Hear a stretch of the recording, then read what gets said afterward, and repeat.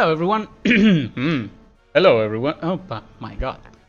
Hello everyone and welcome back to another episode of our Langrisser mobile series. And before we jump into anything else, there's a new banner. The banner actually confirms that we're back to the original timeline where Yu Yu Hakusho right now should be running, but the remaining focus banners that come in the future are actually correct. So what this actually means is my obtaining of Rachel is going to be delayed by at least a month or more. And we're back to any schedule that had been shared by anyone before, so that we know that, for example, right now we have the Luna, Tiaris, and Clarett banner. And because I don't have Clarett, and it may be a useful unit to have in the future, I'm going to roll to obtain her. So, as we can see, the Rainforce Betty is still going on. I don't think I want to roll for Rainforce. It's probably not a good thing to do for me, especially because I could end up with another Betty. But I really would like to get Clarett. Also, if I am correct, this is the first banner where a changing is possible. Now, please remember, a changing is literally only for people that are wailing really hard on a banner. It would require you to be 6 stars on any of the other heroes, and then keep on rolling while obtaining one of those, so that you can trade it into 50 of another hero. And it's not of another hero you don't have, because that's not enough for a summon. An SSR summon is 60 shards. So please don't think of this as a rewarding thing for people who have farmed one of the characters to 60 and then have better chances to obtain the one they're missing. This feature is for people who are wailing into it. But for us, well, we just use the basic focus mechanic, which is, as long as you have the other two heroes, you will always get the one you're looking for. So here we go. At least at max 100 summons, at least 110 summon. It is time to go. So let's see. We're looking for Clarett before we draw a C. And maybe we'll get lucky. Nope. That is the sound of not getting lucky. Okay, number 1. Number 2. An L of Langrisser.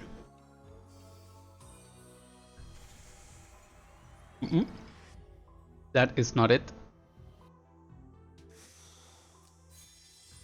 No, we're not even getting a lot of SRs.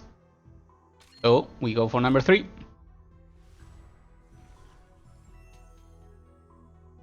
An A.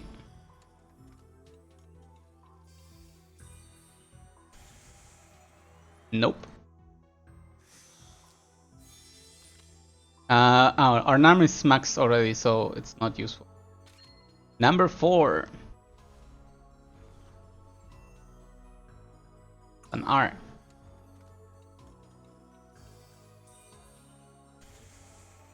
Nope. That sound is such a killer. But hey, at least 2 SR rolls. Number 5. Average says we should get our hero right now. And that's an E. For Clarett. Come on, luck. Nope. It's already below average.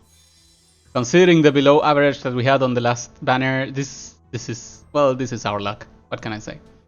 Number 6. Let's make a T.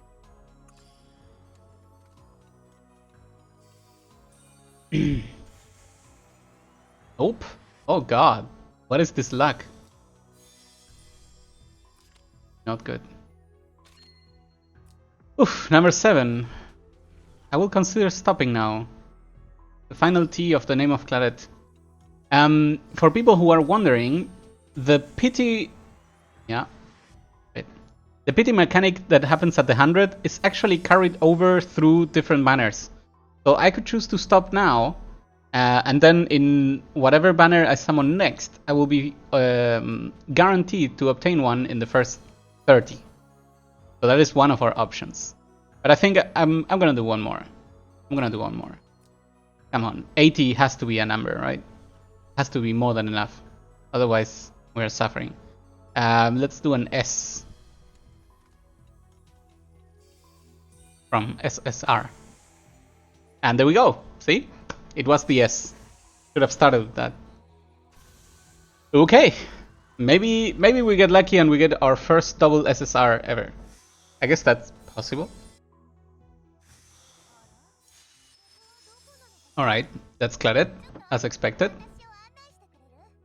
Pretty good. Nope.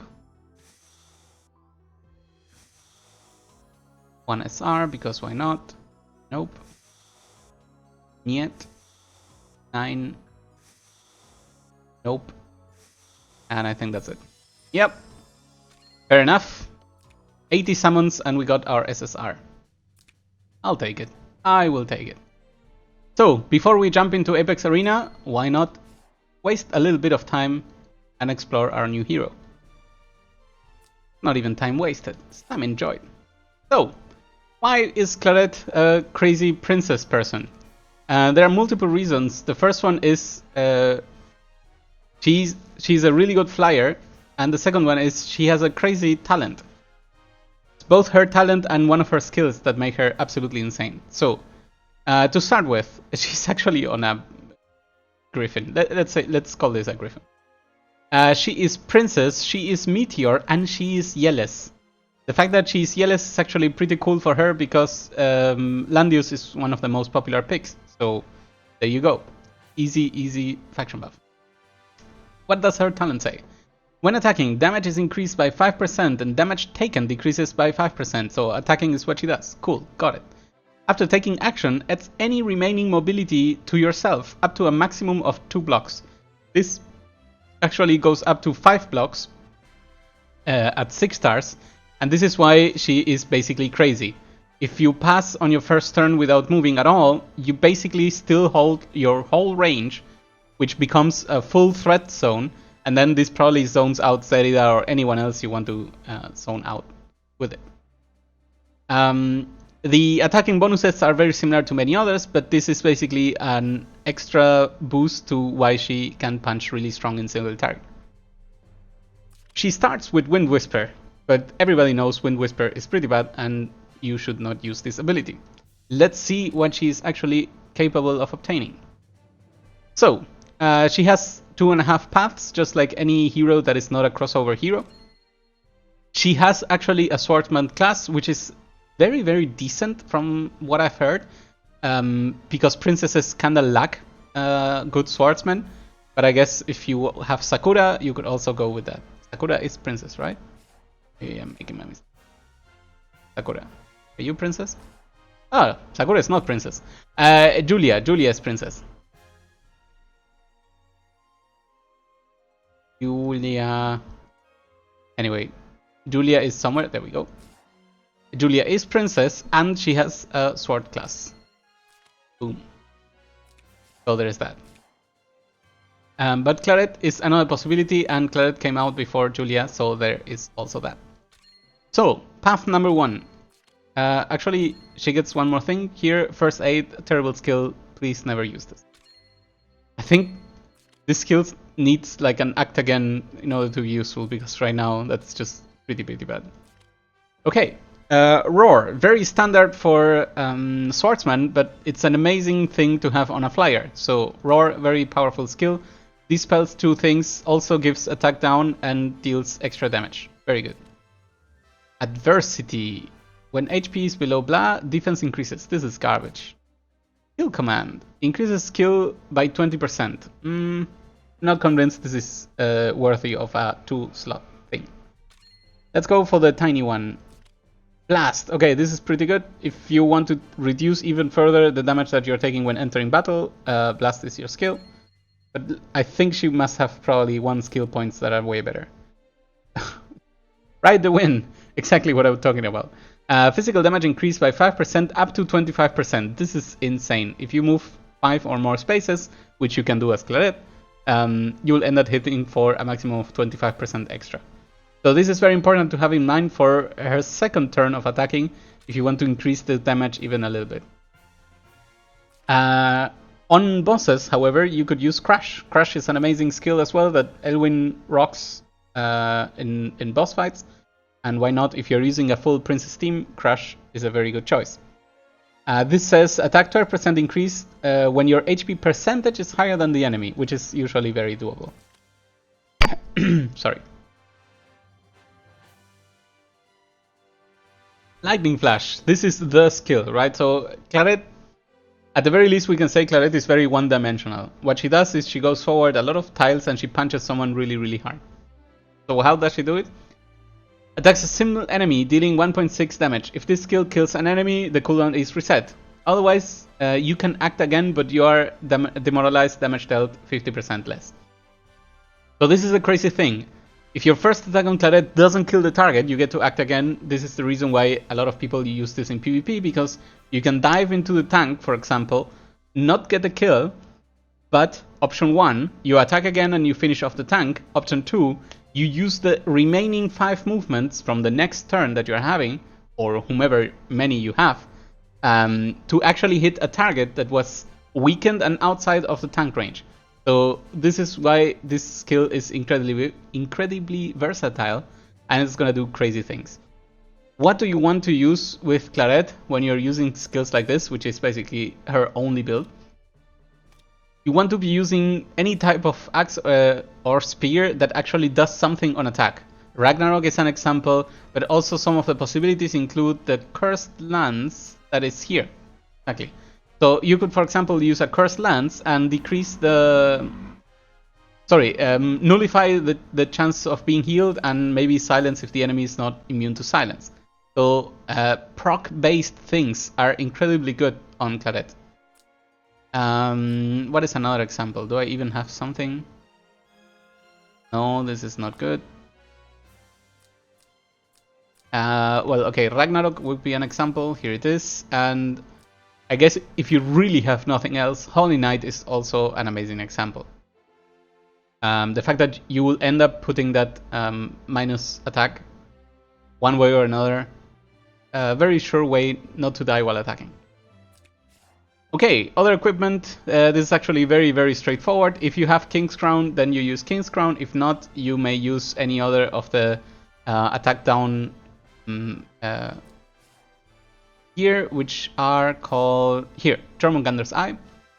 She is actually one of the very few people that can make really good use of Flower Boon Bonnet. This is the new gear that basically heals you if you are below 50%. So if the first time you attacked puts you actually really, really low for whatever reason, and then you heal back up, then your next attack will be actually slightly better.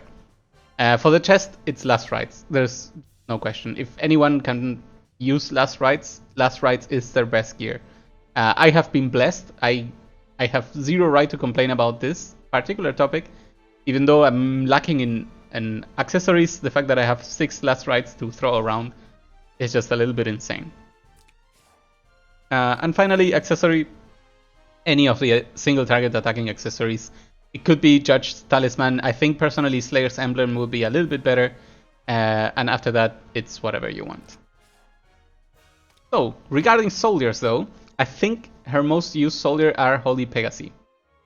This makes sure that whatever you're doing when attacking, you're not gonna take any damage. I believe she doesn't even have any other tier 3. Ah, yeah, the Griffin Knights. Okay, the Griffin Knights exist, but the fact is, she's not always gonna be above 80%, especially when doing the second turn attack. So it's really not the preferred soldier for me. Regarding nothing else, I think, yeah, that's actually it. She does have a secondary skin, and it looks pretty good. However, we were not there at this. Actually, no, we just do not participate in Deck of Light, so we don't have the skin. Therefore, I think that actually concludes. What is this? Ah, I see. That actually concludes our exploration of Claret. While she is very one-dimensional, she's extremely good at what she does. And obviously, we're not going to include her in our PvP box. This is not the type of box that we're building. I know other people are very happy to have her there, but it is not our time yet. So, what are we going to do now? I'm going to take a 1-minute break. Maybe even I'll play an ad or something.